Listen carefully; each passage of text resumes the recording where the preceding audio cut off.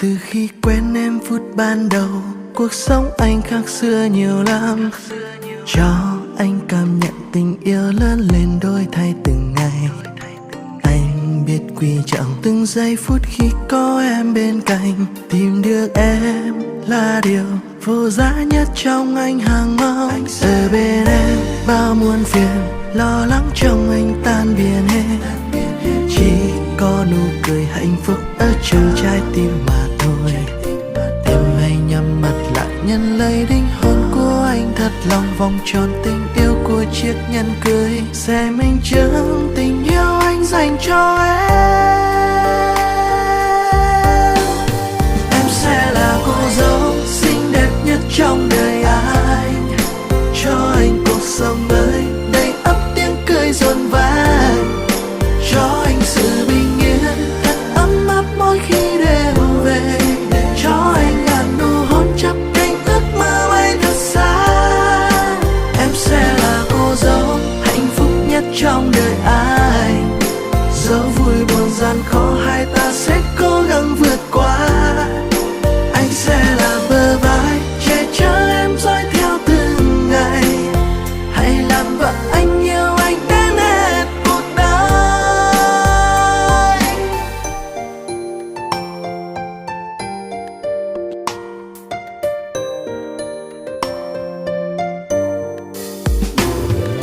Anh sẽ luôn ở bên người và đời này người sẽ mãi che chở cho em. Mình sẽ bên nhau không xa rời và mình cùng nguyện ước bên nhau mãi thôi.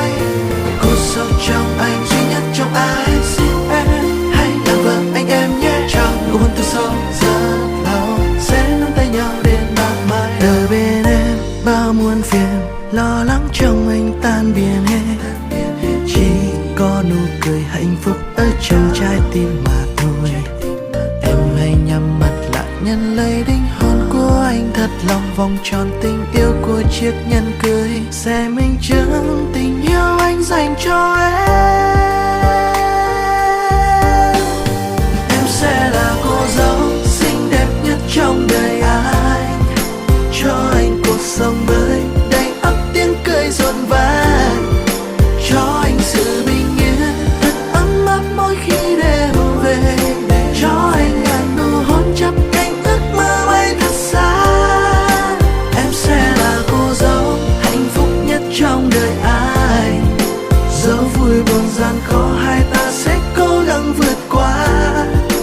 Anh sẽ là bờ vai che chở em dõi theo từng ngày, hãy làm vợ anh yêu anh đến hết cuộc đời.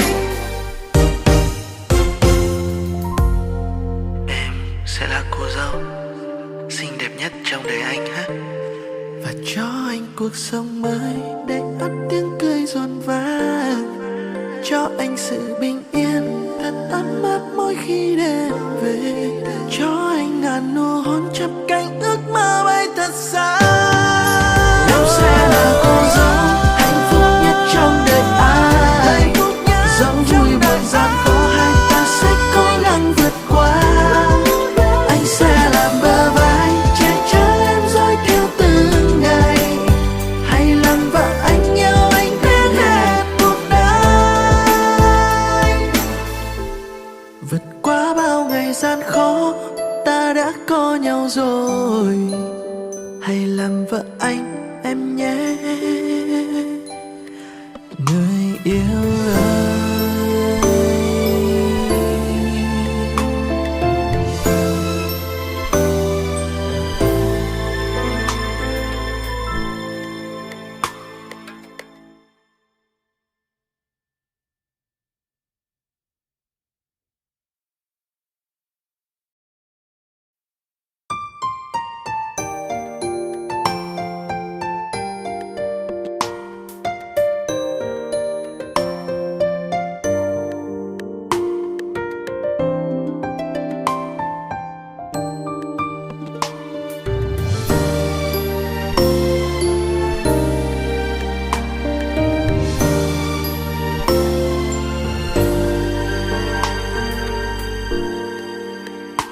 Từ khi quen em phút ban đầu, cuộc sống anh khác xưa nhiều lắm.